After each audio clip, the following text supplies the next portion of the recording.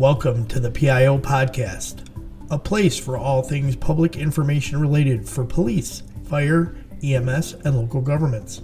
An open forum to learn, grow, and develop your public information skills. I am Robert Tornabeni, your host of the show, a public information officer with over 10 years in the field and 27 years of law enforcement background. Each episode, we will explore different aspects of the public information officer field. If you'd like to contact the show, please email us at thepiopodcast@gmail.com. Please let us know what you think of the podcast by giving it a rating on whatever platform you listen to. Be sure to subscribe to the podcast to get notified on the latest episode. Last week, we interviewed PIO Ashley McDonald from the Rutherford County, Tennessee government. Check out the podcast if you missed it. Thank you, Ashley, for coming on the show. This week, we were interviewing Deputy Chief Mike Pruitt from the Bargersville Fire Department in Bargersville, Indiana. Check out Mike's bio and links to social media in the show notes of the podcast. Thanks for coming on the show, Mike. So let's talk about how you became a public information officer. How did you first get involved? Well, about the mid-90s, I was about probably 5 or 6 years into career fire service, and the Oklahoma City bombing happened. And John Hanson, who passed away just a few years ago due to cancer following his retirement from Oklahoma City, he was kind of like the spokesperson for everything that was happening there. And I watched him break down on a daily basis what had occurred, what they were doing, and didn't speak over everyone's head. So I found it really interesting, and I listened to every word he said. I was very impressed by how he represented the fire department and all the other agencies that responded, and it captured my interest then. And so I went to the fire chief at the time, put a bug in his ear that, hey, this is something I'd like to do. And so the volunteer department, who I'm with today as the deputy chief, but back then, my career fire chief was a little hesitant. Bringing the media around was not something that was a real comfortable thing to do, but my volunteer department actually was a little bit more progressive with the idea and said, sure, go do it for them. And so that's what I started doing there, was just pitching a few stories to local news, and that kind of took off. And then over time, the fire department that I worked for full time had a couple incidents within the department involving personnel that required that actually brought the news media to the front door. And then that's when the fire chief came back and said, hey, can you handle this? And so I started handling that. Then I moved on. I married a local reporter, the local government reporter in the county. And then we were just kind of off and running. I got to know reporters at that point and just started building on it. Had no prior training whatsoever. I think the only good thing I had going for me is I had the gift of gab. And so that helped me, that I was social enough and I was able to speak to people. And that's where it all got started for me as a PIO. Awesome. So how has it changed from back then to where you're at now? Well, I tell you, I feel very fortunate that I was around as a PIO before social media, basically before the internet. So I knew how to do it old school. And I think when disasters hit and we lose all technology at points right now, I never get worried because I still remember what it was like not to have any of that. So I've seen the biggest changes in my career as a PIO is the tools that I have to get messages out. And I don't totally rely on the news media anymore. Based on with social media, I can create my own content, do podcasts, whatever I want to do, I can put it out there. And people will watch that and follow what's going on with the agent, and I control the message. So I think that's it doesn't get taken out of perspective. Reporters do the best job they can, but you're trying to explain to them exactly what you're doing. Sometimes it's better coming straight from the horse's mouth than them interpreting it. Although many of them have gotten so much better at that these days, and they actually reach back to you. That was something that was a no-no back in the day, was to have a reporter send you their story and have you look through it and edit it. That just didn't happen. Nowadays, they want to get it right. And so they're much more open to discussing the story to make sure that they get the terminology right. And so I think those are the biggest changes that I've seen, is just our ability to get our message out there on a much larger scale with technology. Awesome. So what do you see as the biggest challenge for a public information officer today? Well, I guess depends on what position you're in. If you're a law enforcement PIO, and you got some big challenges out there, every day. And I feel for those guys and gals sometimes. Some of the things that they deal with, from trolls to anything that happens in society today, they really have to battle to get a positive message out of it. Fire department, it's ice cream and cake all the time for us. It's just what the law enforcement side at least tells us. But we do have an easier job as fire department public information officers. Our message tends to get accepted more. We don't have as much pushback. And so that's, the challenges I see between those two. Then you have the folks that work in the government sector, that maybe are a public affairs person for a local government official. They're representing some organization outside of law enforcement and fire. And those were always my weaknesses. So when I went to a training and these folks were talking about the challenges that they had within their organization, whether it's a volunteer organization such as the Red Cross or local government, things like that, the things that they were dealing with politically, I didn't have to deal with. And I had to wrap my head around this, like, oh, there's more to this PIO world than just fire and police. There are people out there that are trying to do the same thing I am, getting the message out there. Man, they are having to cut through some red tape. They're being micromanaged. And those are a lot of the challenges I've seen for the people from all different walks of public information, public affairs, external affairs, whatever you want to call it. So it's really cool to get together when we do trainings with those folks and classes here, because I learn from them and vice versa. And so those are the big challenges right now is getting that message put together. And we've seen this during COVID. The message changed every day. I sat in Zoom meetings with PIO friends from all different walks, and they were just beating their head against the wall trying to come up with the right message to put out to their people. And I gave up on that early on. I just said, listen, whatever the CDC is putting out or whatever my state health department's putting out, I'm going to take that message that they have paid good money to somebody to put together a nice video or presentation. I'm going to take that and put it out. That way, if anybody comes back to me and says, your message was wrong, I was like, well, I got my message from people that were doing this all the time, full time. So I tried to encourage them to kind of like, maybe you shouldn't worry about creating your own message. Dial it into your community and how you deliver what the CDC or the health department are doing. And so that has been a big challenge because PIOs want to create messages. They want to do things. They want to write things. They want to produce things. This year's been kind of one of those where you just kind of sit back and kind of see what comes out of the weeds at you. And you look at it, make sure it fits your community and deliver that. So that's been a challenge that I've seen here recently. That's a great segue, Mike. I'm going to jump into that with COVID. I'm going to jump down to a couple of questions specifically.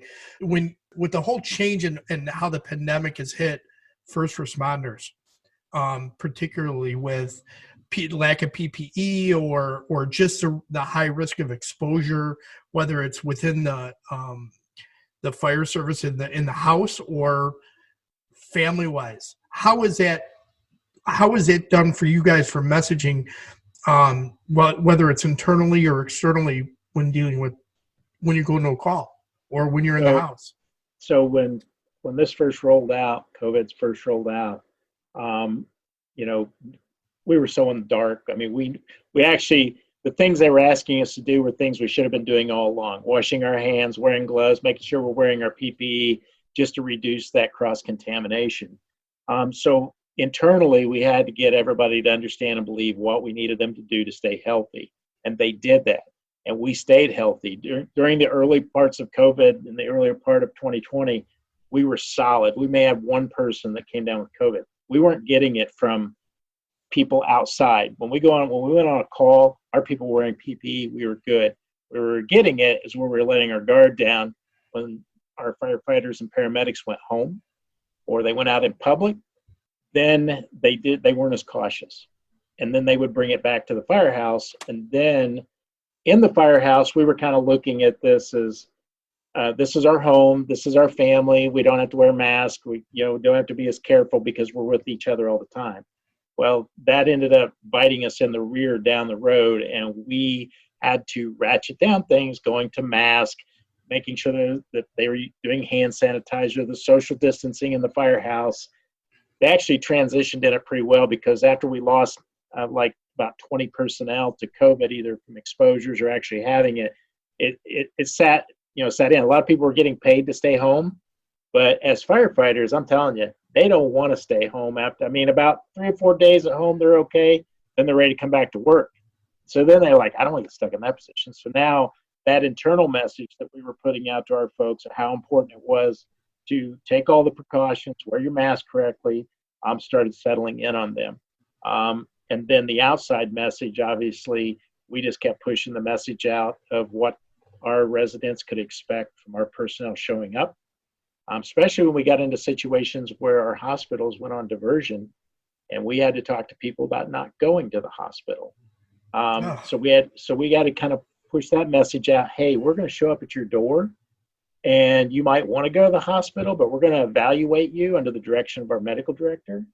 And you may not need to go to the hospital. I'm sorry to say, you may have to just sit this one out at home. But then the flip side of that was we had people not calling 911 because, one, they didn't want to go to the hospital. They didn't want to bother anybody. They didn't want to get exposed. And this was a problem with our senior community. So what we were finding when things lightened up for the last wave hit, people were showing up at the hospital who had had heart attacks. They just didn't call 911. They'd had strokes. So there was a message that we knew we had to get on top of. And it just wasn't us. It was across the nation. We saw a lot of agencies dealing with that same thing. It's telling people, hey, call 911 if you're having shortness of breath, chest pain, anything like that. We want to come and check you out. You're okay. You're not going to bother us.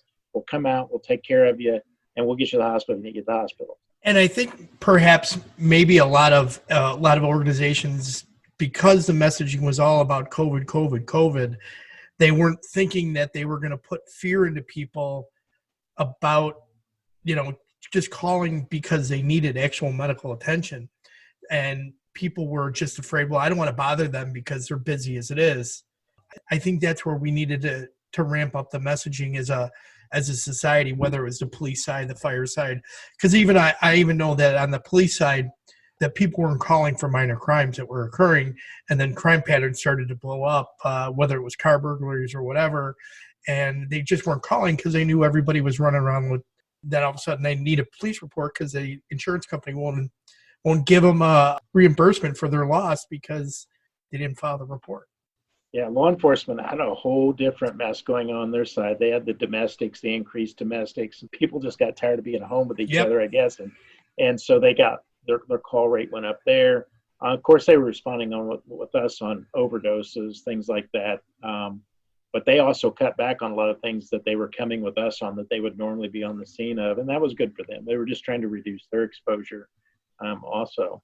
Yeah. But those are some of the challenges that we saw. So outside of COVID, so let's pretend COVID didn't exist right now.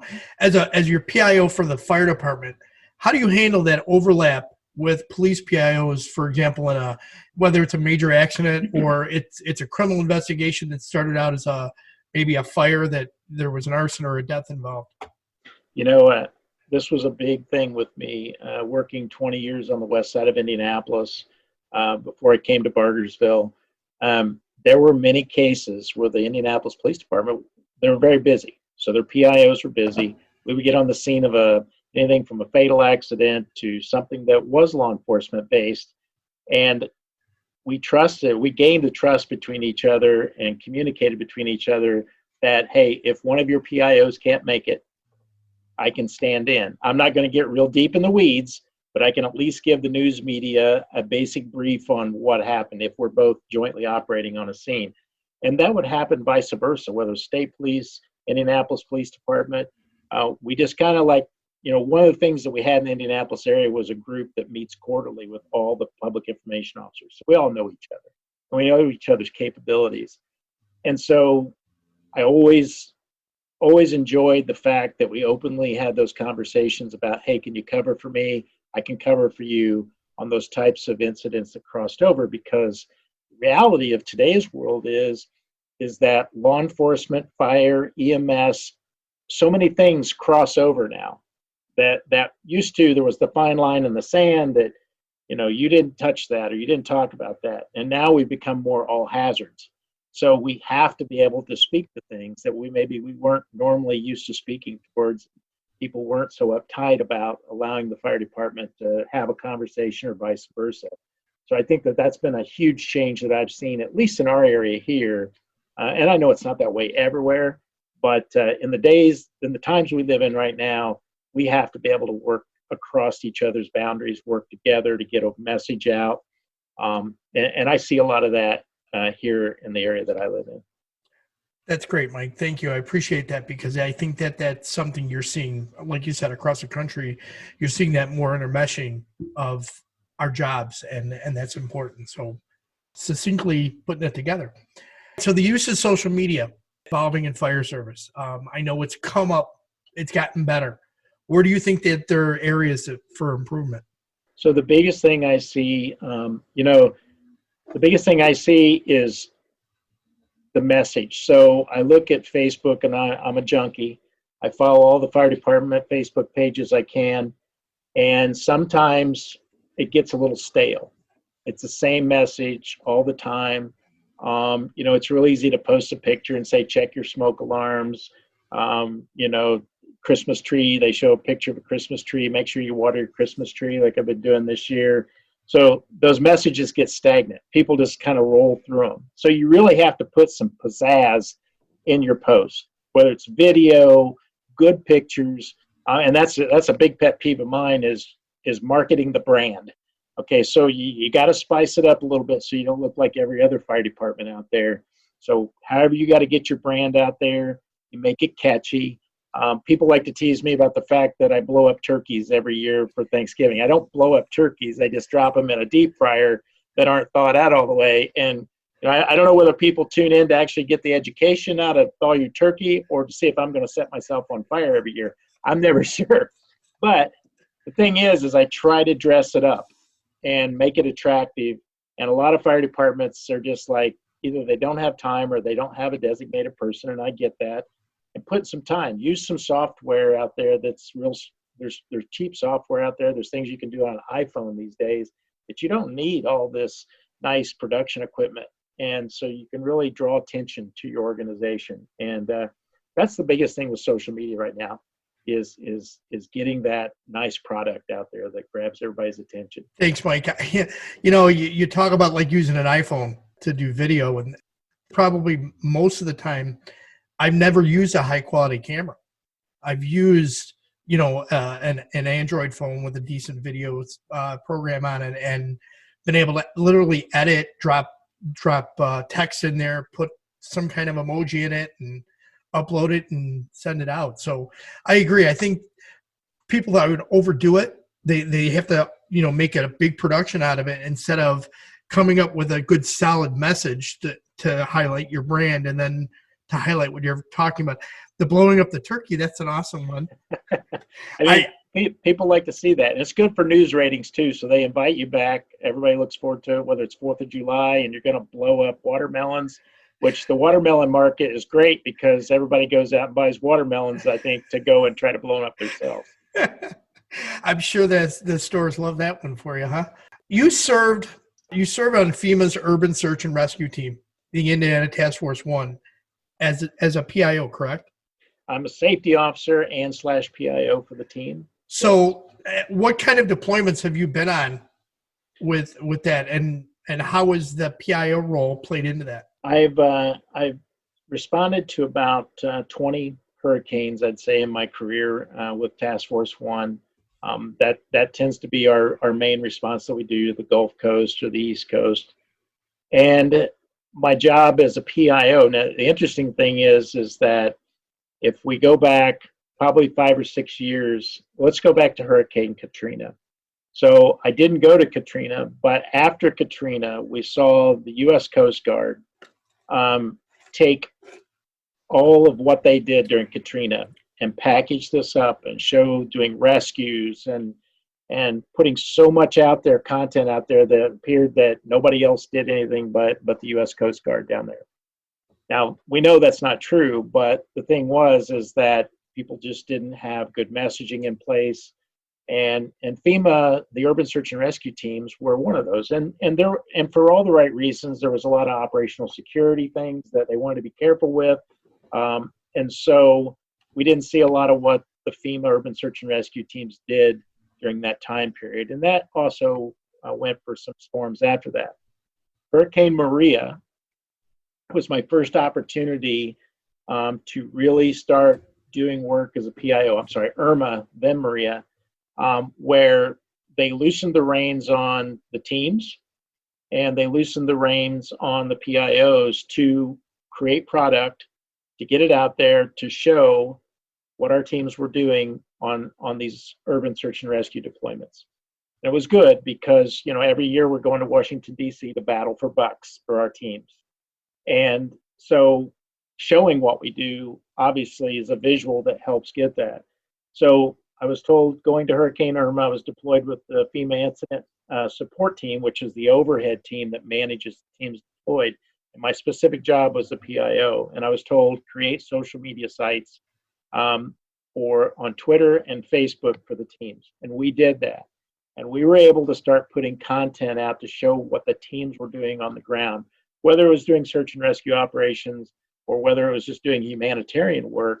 We were able to put that product out there, and we saw that transition. And so the PIOs that were a part of the FEMA US&R system, now we start seeing teams start developing their own pages. And they've done a really nice job. You always get worried that when you allow people to start posting and creating pages within their organizations, that you're just a little leery of what's going to get posted. But I got to tell you, our US&R teams embraced it.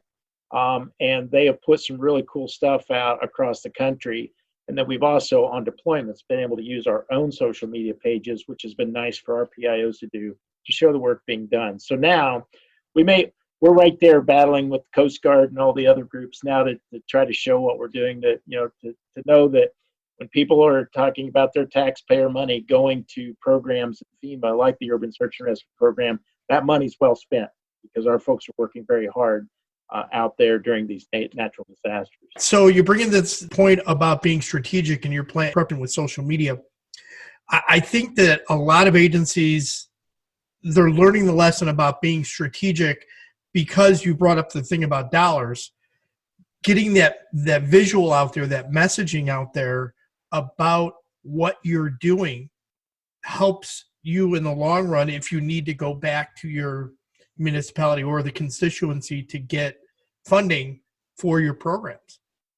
I go back to our fire department in the hometown that I live in Bartlett. They had a problem getting money, tax levy, to staff a firehouse. And they were doing the door-to-door thing. I had ended up talking to one of the guys that was doing the door-to-door, and I said, you guys have no Twitter, Facebook, Instagram account out there telling the general public. I said, did you know that there's a Facebook account it's called Everything Bartlett? And he goes, you do? I go, yeah. And then there's 40,000 people on it. I mean, you need to leverage that if you want to talk to people more than the door-to-door, because the door-to-door will only get you so far because only so many people are going to be home when you're walking around. And when they did that, all of a sudden you watch the people, well, wait a minute. It's going to take the ambulance an extra 5 minutes to get to my home because it's coming from across the tracks. So that in turn was more strategic for them. So I think what you brought up is very important about strategically planning, about getting your message out while you're doing it so that you can use that later on for your brand to enhance it and your image as well. Well, just to give you a good example, so when I worked for Wayne Township Fire on the west side, so we did almost 17,000 runs a year out of 5 stations, a department that was within the city of Indianapolis, so we always had plenty of stuff going on. Okay, so people always knew we were out there working. The news agencies had quick access to us. So now let's move into February, and I come to Bargersville. Bargersville being a suburb of Indianapolis, not as busy, and really, we'd had social media here, but really didn't engage it real well. So me living in this community, I would go around and my buddies would always joke around and go, oh, you guys at the firehouse, they don't do anything harder. So, sit around the recliners all day. We'll hear a siren now and then. So they really didn't know that we were out there doing runs every day. And so when I took over the social media accounts here, I started putting everything out there. I mean, I would have never done this in Wayne Township because I never had any time to do anything else. But here, when an ambulance call goes out or a single engine goes out, I put that on social media for a reason. And that's because the people in our community want to know what's going on. And now all of a sudden, when I go around and I mingle with folks in our community, they're like, wow, you guys are busy. I mean, because we do our fair share of runs here in a smaller department. But I wanted people to know that we were working all the time, that we just weren't hanging out at the firehouse all the time and never did anything.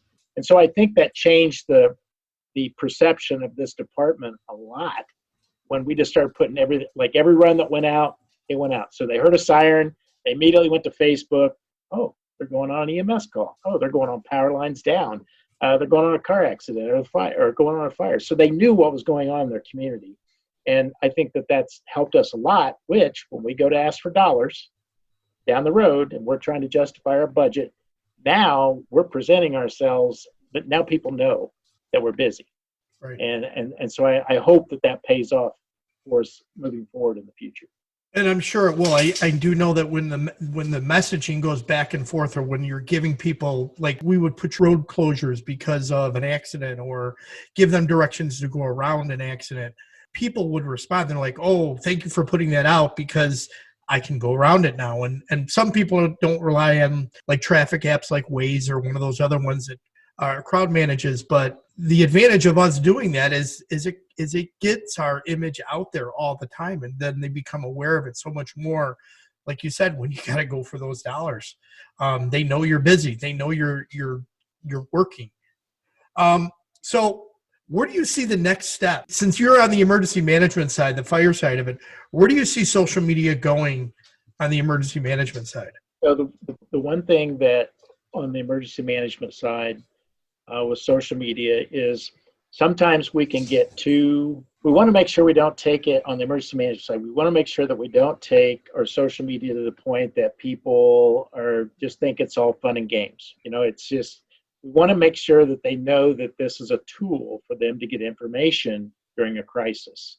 So I always, we look at Twitter, for instance, and we see all the hashtags that people create. I mean, the hashtags sometimes are bigger than the whole message they put out. But there's actually a purpose for hashtags in our business when we're talking about emergency management, to allow people to go to that hashtag to track what's going on with an incident, to share things going on with an incident. So we kind of funnel that all into a nice, neat column. And sometimes we can get people so used to doing the fun stuff with social media, we forget the serious side of it, whether it's Twitter, Facebook, Instagram, whatever we're using. And I think emergency management takes that and it's got to make it for them. They can have some fun with it, but they also have to make sure that people understand during a crisis, this is your go-to. Twitter's going to be the go-to. I can't remember the last time I wrote a press release. Twitter is my press release these days because I know the news agencies and the reporters follow that. So I think, one, making sure your emergency management people understand that tool and how it's used, or whether you're using Nextdoor or whatever it's going to be, but make sure people understand, hey, when things go bad, we're changing gears here. Fun and games is all gone. Now we're serious. This is how this is going to work. This is what this means. So powerful tool. Now, having said that, we have to be careful because I've gone to these disaster zones before where there's no infrastructure. How do you get your message out then? There's no cell service. There's the smartphones. You might as well throw them out the window. I was in Hurricane Maria in Puerto Rico. I was there for a week, took 5,000 photos on my iPhone with no cell service. That's all I could do with it was take pictures. There was no communicate. The only way we could communicate was through sat phones. And right now, nobody has sat phones sitting around their house to get their message. So we have to find alternative ways to get that message out. I always still fall back on the AM, FM radio. There's probably one thing that people don't think much about, but AM radio during a crisis You find your local AM radio station and you get your messages to them, and people can at least sit in their cars and they can hear that message being broadcast if they have no other avenue to do that. And I did that in Hurricane Irma in the Florida Keys. One radio station controlled the whole message for the Florida Keys. And whatever they said was gospel. So in the early stages, when the storm first hit, and people want things now, they don't want to wait on resources, they don't want to wait on help. And when you're trying to move a big machine like a disaster response, people don't understand why it's taken so long. So the moment we knew we had this one radio station, and these guys rode out the storm, generator power, kept the radio going, and once we figured out where they were located, we went there to that radio station, said, pump your brakes, hang on, we've got all the information you need to get out to everybody so that we could help bring some stabilization. And it was just by using AM radio. We didn't have anything else. So I think we got to remember that all this technology is great, but it's going to fail during a natural disaster. We got to have a backup. That's awesome, Mike. Thank you. That definitely sums it up as, hey, when high tech goes, when it's no use, you've got to go back to the low tech method. And AM radio has been around for a long time, and it's not going anywhere soon. So yeah, that's great. We'll segue into this. Crisis communication has become essential for emergency services. And for example, in the fires out west, those daily briefings that they put out, their social media posts on weather conditions can be lifesavers. As a PIO here in the Midwest, where do you think PIOs need to be on the top of their game in their communications? I tell PIOs this all the time. I was like, I kind of look at the Midwest as we're kind of boring when it comes to natural disasters. I mean, we'll get a tornado, that can be serious. We'll get some flooding. Those tend to be our big issues, and I really thought we were, dealing with some big issues until I started going wildfires, started going to hurricanes, and saw, the miles and miles and miles of devastation, 50 miles in, 50 miles wide. We get a tornado that might go on a long track here, 5-6 miles, about a mile wide and damage wise. So having that experience in the bigger disasters, I look at ours as like kind of boring in ways. And even though I know they're not, they can be very challenging. But the one thing I'll tell PIOs here, and this is something that I did. Now, I got the opportunity, besides going to the hurricanes, the state of Indiana several years ago sent a handful of us west to the wildfires just to get some shadowing experience. When I went out there and I saw what they were doing out there and how they manage the incidents, because when you go west, they deal with stuff 365 days a year when it comes to disaster. They're very good at it. And I was very impressed. And so when I came back, I told PIOs here, I'm like, get out of Indiana and go shadow somewhere where there's a disaster. Whether you get an opportunity to get on an incident management team, or if you develop relationships with PIOs in other parts of the country and during their crisis, they call you on the phone and they say, hey, can you come down here for a week and help me out? Getting out of Indiana and getting your feet wet and truly getting to do not an exercise like we would do here normally, but truly get your feet wet at an actual incident. It opens your eyes. It's going to make you much more confident when you come back on how you need to handle things as a PIO, from messaging, learning alternatives in messaging, learning the importance of reaching out to people from all walks of life, no matter whether they're in the private sector, public sector, your fellow fire PIOs, police PIOs, but you get to work in those environments. And that changed me as a PIO to come back here to Indiana. So when I see a crisis pop up here in Indiana, I look at it and I go, well, it's a crisis, but this is manageable. And that's me. But some of my other fellow PIOs may not look at it that way. They may think that, downtown just flooded and this has turned the place upside down. Everybody's clawing at them, going, hey, where's the information? What are you going to do? Expose yourself to those things. It's just like being a firefighter or a police officer. The more experience you get under your belt as fighting fires or fighting crime, the better you're going to be at making decisions down the road. And so I think the more and more PIOs can go out there and get involved in national organizations to make those contacts, like NIOA, that many of us are members of. You go there and you network. And when you have a question, you get an answer. You can find the help. It's out there. to guide you in the right direction. So that's one of the big things from being a Midwest PIO to being somebody that may work in an area on the East Coast or the Gulf Coast or in California, where they're dealing with wildfires, earthquakes, hurricanes, you name it. They're seasoned, and I always joke with them because they'll go, "Oh my gosh, we're behind the eight ball. That didn't go right," and I'm looking at it from the outside, going, "I thought you did a pretty damn good job." I know. I've watched a few of those press conferences. Go, how are they doing this? It's like to do it day in and day out. And some of these briefings are doing 3, 4, 5, 6 in a day. Way that they're putting it out and the work that they're doing. And I'll talk to. There's 2 I know out there personally, and I'll talk to them, and I'm like, man, I could tell I wasn't saying anything that mattered. I go, dude, I saw it. It was awesome. I couldn't believe it. I mean, I agree. You got to get out of your own comfort zone. You've got to push. If you can network with somebody out of your own home turf, because we're never going to see a hurricane here. No. If we get one here, we got bigger problems. So. Yeah. And God, I don't know, wildfires, you get a couple little fires, but nothing like that.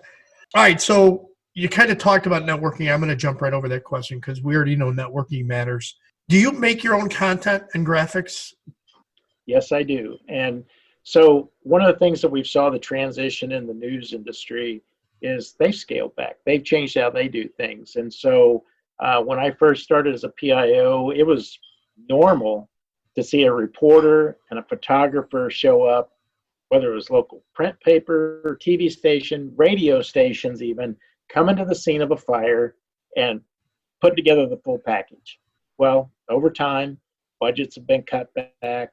Technology has improved things. So now many of your reporters coming out have to be dual trained. They have to be able to shoot their own video, do their own stand-ups, edit their own video, and submit that final package. And so they can't be everywhere at once. And so I kind of spoiled them in a way that I would shoot video at the scene of our incidents. I still do this, making sure that I shoot it horizontally. You want to drive me nuts, shoot me a video that's vertical. That just drives me crazy. It's like, turn the phone on. Do you watch your TV like this or like this? It's like, but I always make sure, I've always paid attention to how the news agencies shoot their video, what they're looking for, capturing that brand along with doing that. And I would submit them the video with basic descriptions. And as video has improved, I can remember a day when I used to shoot a still photo, take it to the local newspaper, and the photographer would look at this and go, that's a terrible photo. It's grainy. It's not, I'm telling you, these days I see video on the news that I'm like, well, that's a terrible video. I mean, it's grainy. It's not real clear, but that they're just wanting to get the story out. So I'm very, I pay very close attention to the quality of video. I send them like 5-second segments so that they can use it however they want. And it also loads much easier if you do short segments. But I provide a lot of content. If I can throw content and it's mine and I control the video, I know I'm going to capture my people, our department's name every time. And so, and they like that. I mean, that's honestly, they'll even message me and go, hey, do you have any video? Do you have any pictures? And I always try to capture that for them so I can supply that. And that keeps that relationship with them, a very symbiotic relationship. And that keeps it positive. I think that's an important thing to have a really strong relationship with your local news media. So that's awesome. What advice do you have for someone who wants to be a PIO in the fire service? Well, you got to be a people person. Okay. That's one thing. You got to be able to speak, complete sentences. I'm not saying your grammar has to be the best these days, but you can buy apps to help you fix that these days when you're typing things. Oh yeah, Grammarly's awesome. Grammarly's awesome. I'm telling you, I have it on my phone, so every time before I put a post out, because my wife she will see my post and immediately I'll get a text message from her that says, "Hey, you used that wrong," and I'm like, "I did not run it through Grammarly. I was in a hurry." Yes, when we're talking about. Oh my God, I lost my train of thought. What is if they wanted to be a PIO for the fire service? So you want to be a PIO in the fire service. You need to be a people person. You need to have good communication skills. You don't require much sleep. Okay. You need to be accessible 24/7. And, when I say that, I have always been, and this is another thing that will help your relationship with the news media, is I've always told the news media, my phone is always on. So call me about my incident. If you're trying to get a hold of somebody else at another department on their incident and you can't get a hold of them, call me and I'll help you get a hold of them. So I try to always build those bridges. And so you need to be that available person. I'm the guy, and I've caught a lot of grief for it over the years from my family. I'm the guy that on Christmas morning, wake up, family does Christmas, and then the local news station wants to do a news story on Christmas morning that has something to do with the fire department at 10 o'clock. I'm out the door, go take care of it, come back home. Thanksgiving, deep fried turkeys, kitchen safety. They want to do a live shot, that morning. I'm the guy that's always made myself available to do that. And I'm not telling everybody that that's how you got to live your life. That's a part of the job. A friend of mine, Rita Wright from the Indianapolis Fire Department, she did a paper basically on the stresses of a PIO and how, we do the studies at 24 hours, that 24-hour period that a firefighter's on, the cardiac stress of just anticipating the run. Yep. Well, as a PIO, and Rita and I had this conversation before, we're in that mode 24/7. So when we get it, even when we go on vacation somewhere, you're still thinking in the back of your mind, when's the run going to happen? And is there going to be somebody there to speak to the media or get them what they need? So you're always in that worry mode. So we, as public information officers, we're around the clock worry. It's not just a shift thing for us, unless we're fortunate enough to have multiple PIOs in our agency, which we're not. So you have to be able to deal with stress. And don't forget your family. That's big, and that's absolutely. something I had to balance. I've had a wife that's been very cooperative and understanding. She knew who she was marrying when she married me. Those skills right there, social media skills are huge. And I taught myself social media skills and YouTube these days. If you want to find out how to do things, just go spend 10, 15 minutes on YouTube on how you use YouTube live or Twitter, Facebook, Instagram, multiple platforms, whatever you want to learn how to use. So those are just some of the things that I think you need to be, and you got to be a community leader. I mean, being out in the community, because if you're a person gets a lot of exposure from your agency, you're in a busier agency, you're going to be out in public a lot, and people are going to recognize you in public. And so you have to be careful when you're out in public, when people see you, what you're doing. If you're out having a good time, you still have a responsibility because you are the face of your agency. And it's not something you just turn off when you leave the firehouse. Absolutely. So what kind of training, professional training did you have to become a PIO?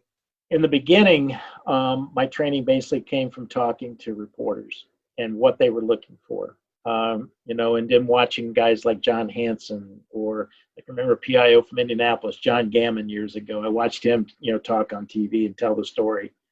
The training wise evolved, and I went through the basic PIO for FEMA. Then I went to advanced PIO, and now I'm currently in the master PIO program, which got delayed because of COVID. So We're still waiting to figure out when we're going to finish that up.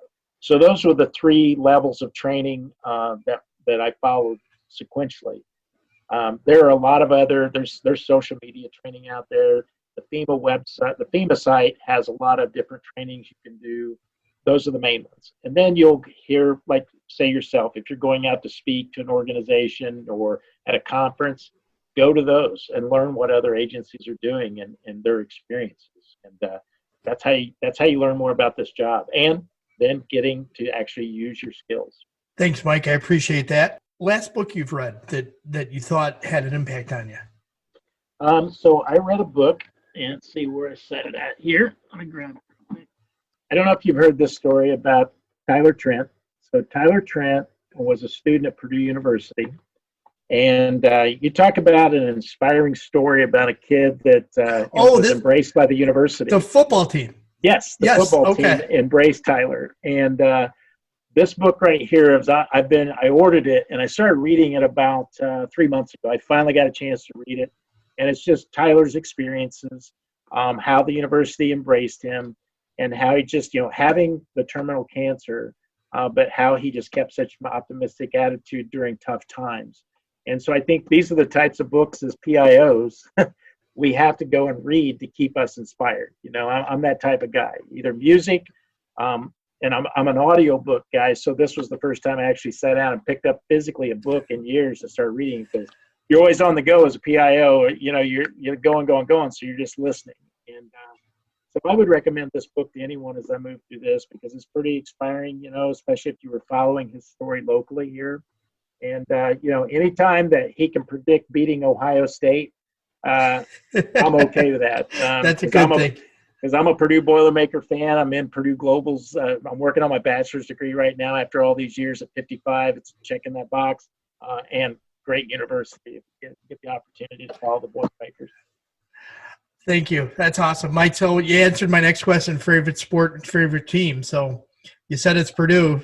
Purdue University, basketball, football, Indianapolis Colts, Indiana Pacers. I'm a homer when it comes to, you get a lot of Pittsburgh Steelers fans, Dallas Cowboy fans around here that live around here and have been since they're kids, because this is a good example of exposure. So back in the day, the money market teams were Pittsburgh, the Cowboys. That's all we saw on TV as kids.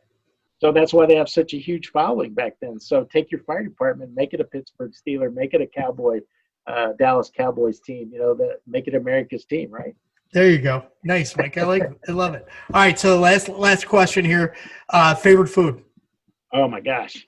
I'm a steak and potatoes guy. I love a huge steak. There's that restaurant in Indianapolis that's like famous for steak.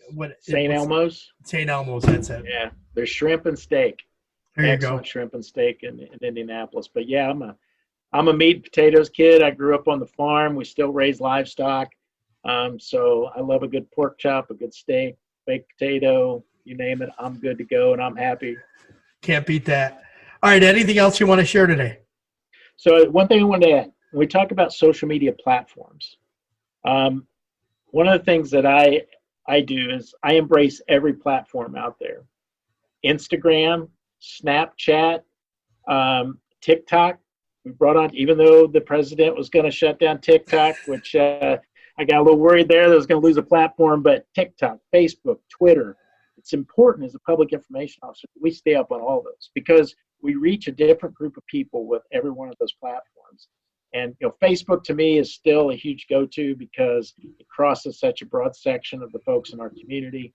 But don't be afraid to venture out on those social media platforms. And I know some HR people may be having a fit by me saying that, but I've always had the latitude to be responsible with those platforms. I think there's a lot of value in doing that. And so, agencies just need to look at how they reach people, and that's how you do it. It's going to, 20 years from now, those platforms we're on right now, they'll probably all be gone. There'll be a whole new set of platforms, and we've got to adjust to those. Mike, that's a great way to sum it all up. That's awesome. Thank you very much. I appreciate the comment, and I'm sure our listeners will appreciate the overall message you gave for what it's like to be a fire service PIO and your background and your experience.